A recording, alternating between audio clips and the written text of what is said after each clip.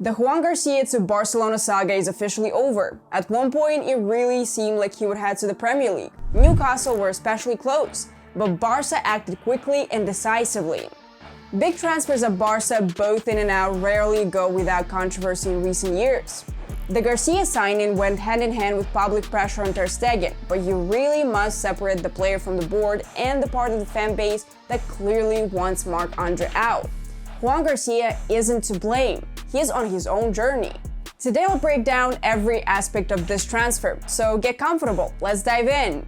Before we begin, I'd love it if you could drop a like. My team and I work hard to deliver top content for you.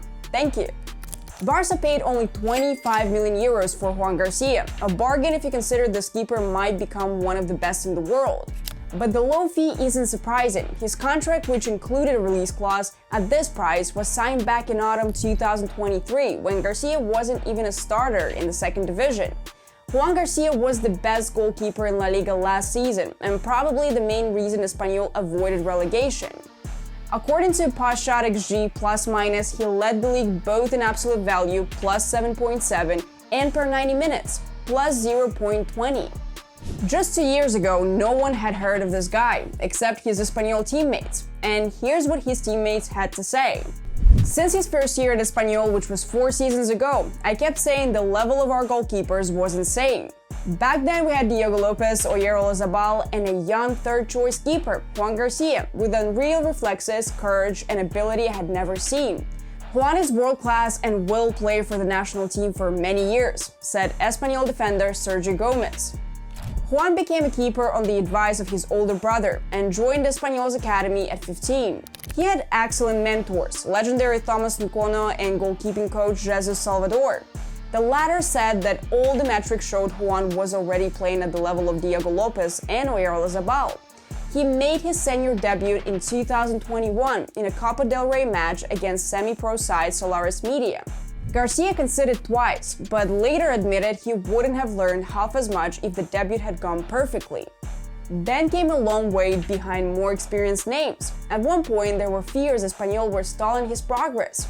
Everyone saw his talent. I disagreed with him not playing. The club should have loaned him out. But what he lost in playing time, he gained in top-level training that shaped him, said Diego Lopez. Espanyol were relegated in 2022-2023. Garcia played just once, in the final match day. He finally became first choice the next season, but that only happened in March 2024. He waited over 2 years, from first sitting on Espanyol's bench to becoming their number one. But once he got the chance, he seized it. In 14 La Liga games, he kept 7 clean sheets. In 4 playoff matches, he conceded just once and was named Espanyol's Player of the Year by the fans. This transfer didn't come easy. Garcia faced personal stress and a lot of public pressure. It's been 31 years since a player moved from Espanyol to Barça, and the weight of this decision was huge. It takes real courage to make that choice. Espanyol fans adored Garcia until the rumors of him joining Barcelona. They were ready for him to go to a Premier League club, happy for the 25 million euros fee. But there was one condition: just don't join Barcelona. After that, Espanyol fans began targeting Garcia. Graffiti appeared all over his hometown of Salern, Barcelona. Messages read, "Joan Garcia, rat, traitor," and more. The mayor of Badalona and known Espanyol fans stood up for Garcia. Juan was the cornerstone of Espanyol's survival this season. He deserves respect no matter his decision. This smear campaign against him is unfair. Even Catalonia's president, a self-declared Espanyol supporter, commented, "I wouldn't call it betrayal. I wish he stayed, but that's the reality of professional sport." Direct transfers between Espanyol and Barcelona are extremely rare, fewer than 20 in history. Some happen as free moves, but the last Espanyol to Barça transfer was 31 years ago. Russian Igor Korneyev, who mostly played for Barça B. The last paid transfers were Mikel Soler and Ernesto Valverde in 1988. On the 18th of June, Garcia released a farewell message to Espanyol fans, disabling comments. "Today I say goodbye to the club I joined at 15. Every day I've tried to grow, both as a footballer and a person. I've always defended the Espanyol badge with humility, effort, and pride. I gave everything I had to help the team and honor this shirt. I know this decision won't be easy for everyone. I'm not asking for understanding, but know that it was a well thought out choice. Not just for my career, but for the good of the club, my family, and myself. It's not a final goodbye, just the end of a chapter. What I've experienced made me better. A new challenge begins, and I face it with excitement and respect for what I leave behind. Thank you for everything. Goodbye. At Espanyol, Garcia earned 300,000 euros a year. In Barcelona, he'll get a big raise and a 6-year contract until 2031. Want to know his exact salary? Check out Barça app. It has everything for true fans. News, stats, salaries, and even personal life details. Link in the pinned comment. I use it myself and recommend it to you. This long contract will help amortize the transfer cost and fit into La Liga's FFP, unlike a more expensive deal for Nico Williams. Meanwhile, Deco is negotiating a renewal for Wojciech Szczesny and a compensation package for Ter Stegen to leave. The goalkeeper issue at the club is reaching its climax. Joan Garcia is a talented keeper, only 24, with a big future ahead. He had a phenomenal 2024-2025 season. Most saves in La Liga, 146, most saves per game, 3.9, most goals prevented, 8.55. He is especially shown against Real Madrid, 10 saves in the first game, 7 in the second. He has been called the king of highlight saves, twice winning Save of the Month in March and April. But that's largely down to how Espanyol played. Espanyol allowed an average of 14.9 shots per game. Only 2 teams were worse, but they conceded just 51 goals, fewer than 8 other sides. That's Garcia's work. He's top class on the line. His young age and relatively low price give little reason for harsh critique, but there are questions. Only 1 season at the top level, many keepers have 1 breakout year before regressing. No guarantees this isn't a flash in the pan. Very different demands. Being a keeper at a struggling club and being Barca's #1 are 2 different worlds. Barca needs more. Sweeper keeper instincts, passing ability, dealing with pressure. He might adapt. Flick stuff taught Szczesny quickly, so why not Juan? Still, we can't assess his passing or press resistance based on Espanyol games. They barely played out from the back and had the lowest possession in La Liga, 40%. Even shot stopping at Espanyol isn't the same as at Barça.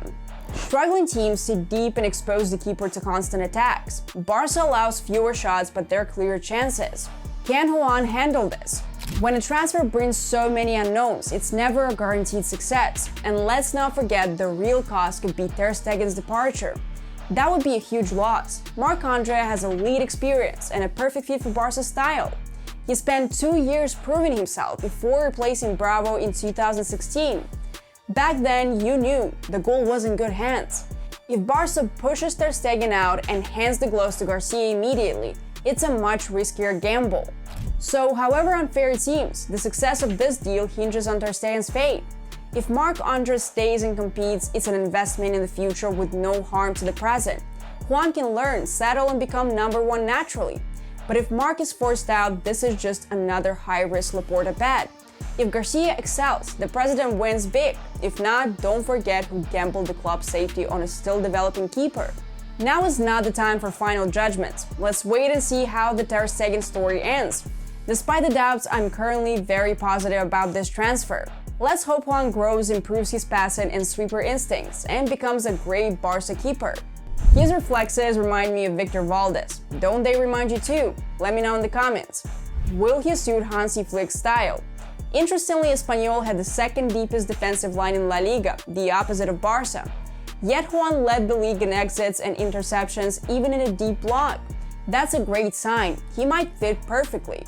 Still, it's clear now, Barca wants to lock this position down for years. Throwing him straight into the fire would be a mistake. He needs time to adapt. Most fans expect more than great saves. They want knockout stage heroics. Expectations are sky high. No time for a slow start. Either deliver instantly or risk being labeled a flop. Pressure will be intense, and that's on the Barca board. This is a risky bet. If it fails, it will hurt. The best scenario, keep Ter Stegen and create healthy competition. If Juan is truly top class, he will learn from Marc-André and grow stronger. When Ter Stegen eventually leaves, Barca will have an elite #1. If he cracks under pressure, then maybe he wasn't the one. We don't need another Vitor Roque 2.0. Welcome, Juan. It's going to be tough, but that's just life at such a big club as Barcelona is. Okay guys, smash that like button if you're rooting for Joan Garcia. Let's show our support to a brave 24-year-old. Leave your thoughts on the transfer in the comments and subscribe to the channel. Preseason is around the corner and things are about to get even more exciting. Have a great day. See you soon.